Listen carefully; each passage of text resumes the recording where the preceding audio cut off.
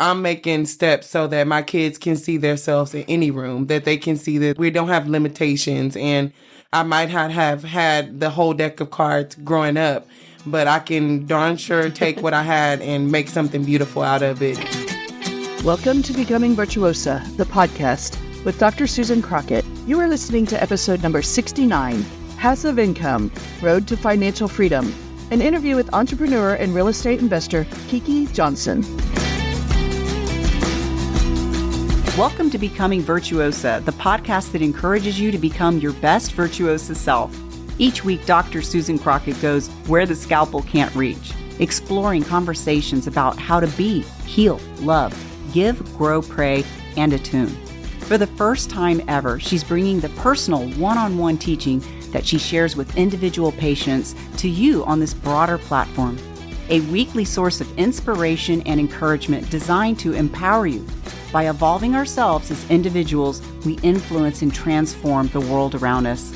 Please help me welcome board-certified OB-GYN specializing in minimally invasive GYN surgery, internationally in the top 1% of all GYN robotic surgeons, a certified life coach, and U.S. News top doctor, your host, Susan A. Crockett, MD. Hey y'all, welcome back to the Dr. Crockett Show. I'm your host, Dr. Susan Crockett, and today I'm excited for a very special guest. Her name is Keke Johnson. Welcome, Keke. Hello. Hello. This has been such a long time coming. Yes, it has been. Thank you for inviting me. You're welcome. So just to let our viewers know how we met, I think it's kind of special. Yes, it is. I hold it dear to my heart. Yeah, so you were a surgical tech, and you've worked with me for the past year. Yes, I have. I've been working with you for the past year. I'm a travel surgical tech, and I met you at one of my hospitals that I was traveling to. I know, and you're awesome, and I miss you. And I just grew to love you, and the relationship just developed from there. Yeah. You know, I feel the same way, and it's so good to see you back again. I really have missed our conversations, but today I wanted to share with our audience something that came out of our conversations in the OR, like so many of my interviews have. Yes. And that is, we were talking one day about income and entrepreneurship, and you brought up this idea of 6 streams of income. Yes, ma'am. That's something that's kind of my motto that I'm living by these days. I am working on creating those 6 streams of income to have financial freedom. My goal is to be a multi-millionaire by the time I'm 40. I'm currently 31 years old. I'll be 32 in July. Gosh, this is an awesome goal. I know, right? Yeah. Like, who doesn't want financial freedom? Who doesn't want to be able to get up and do what they want and not have to worry about money? You know, I think we all do, but so often we don't talk about it. Yeah. Especially as women. Yeah, we shy away from those topics, but I feel like that it is achievable and it's not as far-fetched as it may seem. I feel like the American dream, it might be blurry sometimes, but it is definitely out there, and we can definitely accomplish the things that we want and end up exactly where we see ourselves. And for me, that is not working, traveling, enjoying my kids, and enjoying my man. Well, I think those are awesome goals. That's so cool. Yes. So when you talk about 6 streams of income, when we started talking about it, we had conversations about how we had a job, we had a day job, we had a hustle, we had all these. So when you think of your 6 streams, can you just tell our viewers a little bit about what those types of streams or what those things mean to you? Well, when I think of 6 streams of income, I don't necessarily mean working 6 different jobs. I think that's not the goal at all. Right. I'm talking about passive income that makes money for you when you're not trying to make money. Yeah. When you're asleep, your money making money for you, and those type of things. I do believe that you can have maybe 2 to 3 active incomes and the rest should be passive, as far as stocks and real estate investments and other investments that you might make later on down the line. For me, I currently only have 2 out of those 6. Okay. But I have my catering business. I own Brunch Addict. It is a catering company that specializes in unique brunch entrees. And I'm also a surgical tech. That's my full-time gig. That's something that I do during the week. And it's what I love. I love the OR. I mean, mean, I'm pretty sure you could say the same thing. Yeah. Being in the OR and being a part of surgery, it makes you feel like you have a higher calling and a purpose. And a higher purpose. So we don't want to completely not have jobs with purpose. It's just like adding layers of richness so that if one goes down, you have something else. And your making income for you. That's part of the plan. That is the plan of them all. I think that most importantly is, like I stated before, that if you're not making money while you sleep, you're going to work until you're dead, because you just keep working. Yeah, because there's never going to be a point in time where we don't need money, where, you get older, you have kids, you have grandkids and things of that nature. Yeah. And you're always going to need money for something. And Social Security is not going to cut it. That may be one of your streams, right? I was born in 92. By the time I get to that age, who's to say that we'll live to see that age? Or if it'll be there. Exactly. If it'll be there by the time that life progresses on, seeing as how the government's going and things of that nature. It raises every couple of years. I think it's up to like 67 now or something like that. So who's to say that it won't raise and that I'll live to see that? I want to experience that freedom way before then. So you're taking the responsibility on now, so that intentionality and manifesting what you want, because you have a vision for it. Yes, I have a vision for me and my spouse. I see us traveling the world. I see us going to different places. I see us starting mentorship programs and going really back cool. to our hometown and developing non-for-profits to teach kids things that we didn't know, things about real estate, things about credit. Wait, you didn't grow up like this? No. You didn't grow up being taught about these things? No, unfortunately, I did not. Tell me about what your growing up was like. Well, growing up, I was born in the 90s and I'm the oldest of 5 kids. So I kind of assumed the mother role, just really helping out around the house. I saw my grandparents and my mother work very hard. And I think that in my community and culture where I grew up at, work was all that was driven into you. You were going to become of working age and you'll go to work. I don't even think that college was necessarily pushed upon us. It was just more so of working and making ends meet and things of that nature and being able to provide.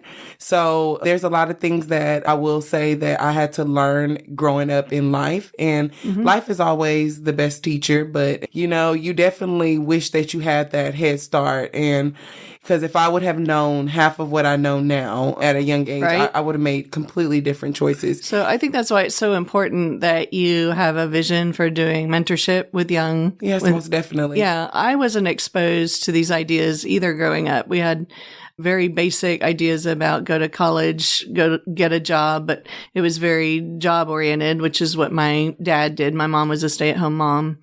And my parents, I think, were decent at investing and saving, but there was none of this conversation about having multiple lines of revenue or how, as a young person, I would go about doing that. And now that I've got kids, I'm instructing them in a different way too. I'm doing similar with my children, teaching them about financial responsibility. And ours came from, my financial education started from a book called Rich Dad, Poor Dad. Okay. That came out, I guess, probably 15 years ago or so. But he was the first one that I really started understanding the difference between my hourly wage work and my passive income opportunities with intellectual property, investments like stock market. You mentioned real estate, businesses. The Dr. Crockett Show is a business that's a side hustle for me aside from my normal job. And so when you started talking about these 6 streams of income, the other thing that kind of tickled my brain about it was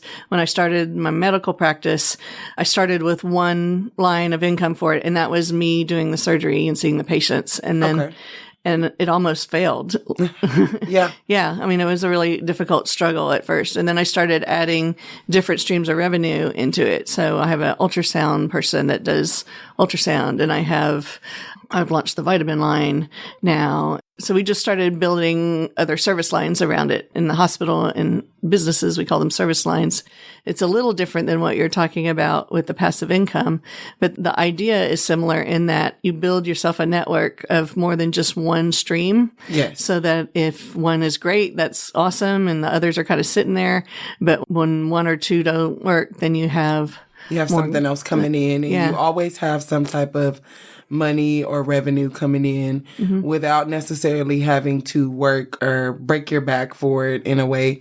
You know, I don't think that any of us could work 6 different jobs. No, And that's not the goal. That's not the goal. So No. you definitely have to have that passive income in order to obtain certain things. And for me, like I said, the goal is financial freedom all the way and generational wealth. I'm just like you. I wasn't taught those things growing up. I just was straight out into the workforce.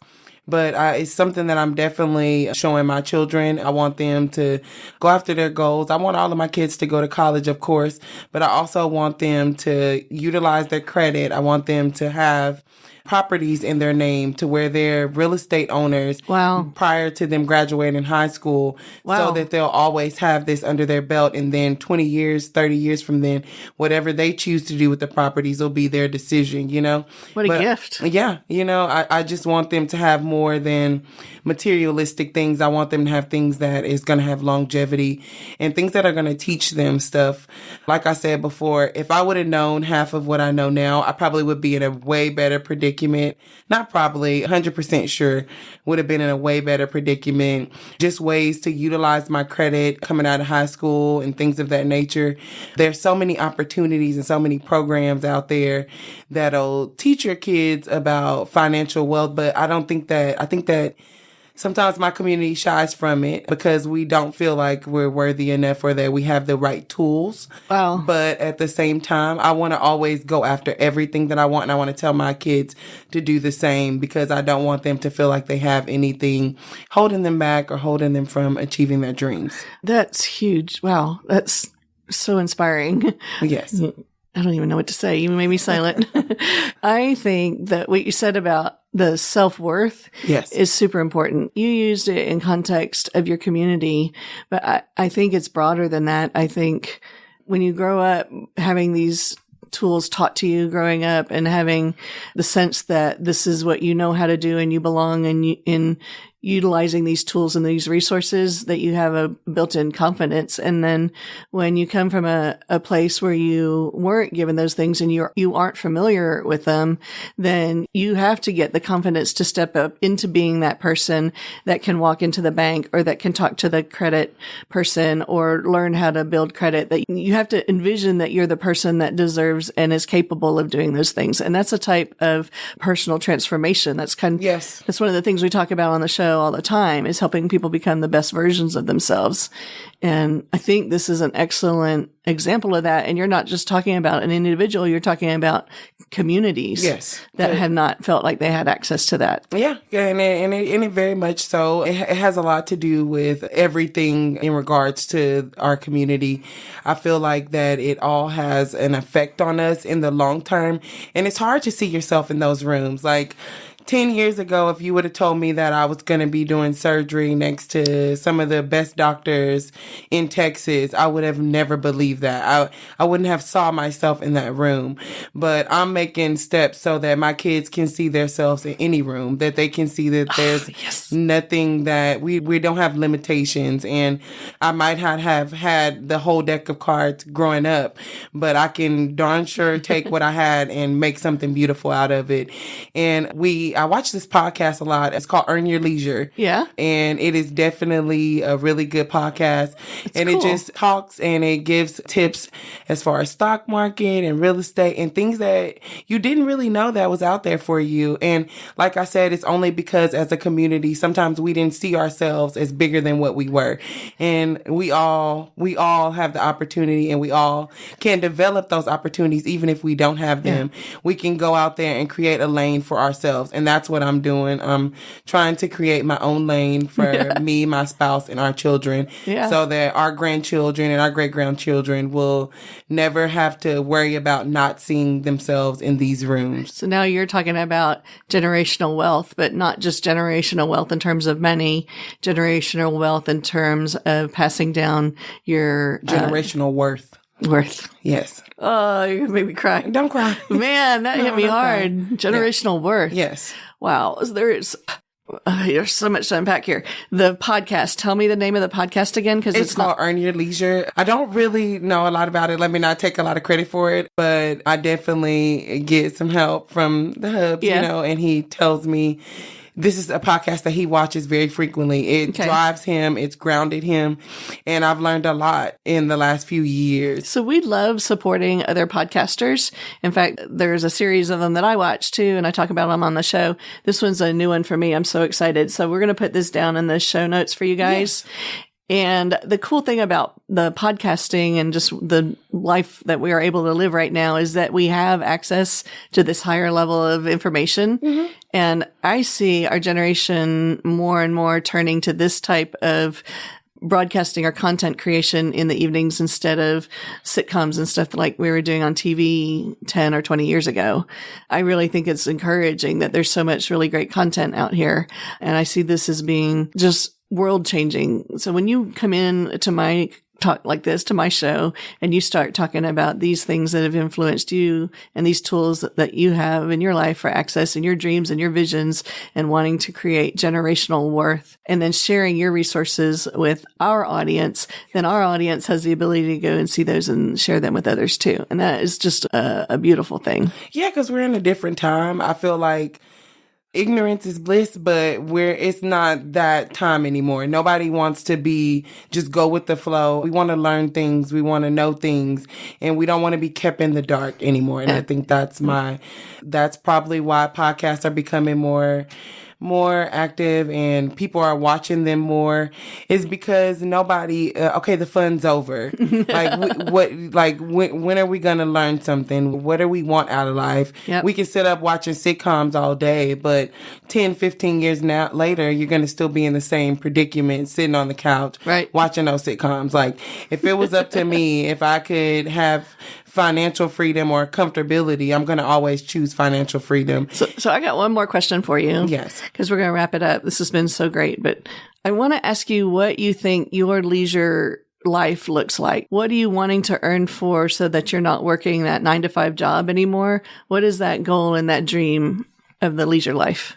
What I see for myself is I see myself having several multi-family properties, rental properties. I see my goal is that each one of my kids have at least 2 of them apiece, and me and my spouse have a few as well. I see myself becoming more involved in my catering business, doing that full time. I love to cook. That's awesome. It is genuinely my calling.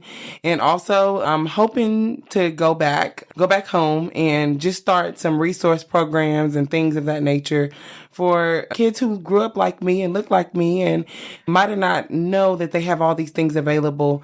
But I definitely see myself traveling the world, learning about new cultures, new cuisines, and things of that nature. I definitely see a broader life for myself. That's and awesome. I want to be able to help others, but I cannot help others until I put myself in the position that I need to be in order to help everyone else. That's really great. You know what? As moms, we don't do that enough. No. As women, we don't do that enough. And I love how you've got your priorities set where you're not only taking care of yourself, like physically and emotionally, but also financially, setting yourself up with a specific intention to be able to do these things that benefit not just you, but in your family, but your community too. So when you're talking about leisure, you're not talking about just laying around doing nothing. You're talking about all of this great work that you're interested in doing to better the world. That's really cool. And this catering and food thing is something that you and I have in common that we really didn't, when we were working together, I wasn't doing so much of it. So first of all, I want you to know how intimidating it was today to cook for a caterer. I was like, oh my gosh, she's coming. Well, you did great. I loved all the options and especially the vegan bowl. Oh my God, it was so good. I really did like everything. So I feel like it kind of gave me, it was what I needed today. It kind of gave me the push to see that a plant-based lifestyle would not be as hard as I think it is. I can find the flavor profiles that I'm looking for and adapt those into my diet, because I do believe going plant-based is the way to be in this day and age. There's so much health benefit. The food that we're given is literally killing us slowly. Yeah. So I definitely think that plant-based diets, I see that for myself within the next few years. I see myself completely going kind of off the grids when it comes to foods. It's just, once you learn so much, it's hard to go backwards. And I feel like that's where I'm at. So I've learned a lot. Yeah, thanks. Me too. I just always have fun when I have friends over and we have the good food and good conversations and we get to try new things, and it's inspiring to me too. And I just loved our conversation around the table today. And yes. Thank you for coming. I wanted to give you a chance to tell people where they can find you for your catering business. Okay. Yeah. Well, I'm on Facebook at Brunch Addict. It says for brunch heads only, but you can find me under Brunch Addict, and that is Brunch ADICT, like as in addicted to brunch. Because I mean, who isn't addicted to brunch and mimosas? Yeah. And you can find me on Instagram at brunch_addict_, and I'm available for bookings and taking caterings for 2024. Awesome. Well, we're going to put all of the links in our show notes for our viewers. And once again, I want to thank you for joining us today. This was awesome. I'm glad I got to be here. Hey guys, thanks for listening. I hope you enjoyed it. I hope you learned something new and fun today. And if you liked it, please remember to like and subscribe and share with your friends. And we will see you here next week on Tuesday. Have a great week. Bye. Bye-bye. Thanks for listening to this episode of Becoming Virtuosa. To learn more, come visit us at drcrockett.com. That's drcrockett with 2 T's.com. Or find us on YouTube for The Dr. Crockett Show. If you found this episode helpful or think it might help someone else, please like, subscribe, and share. This is how we grow together. Thanks, and I'll see you next week. Love always, Sue.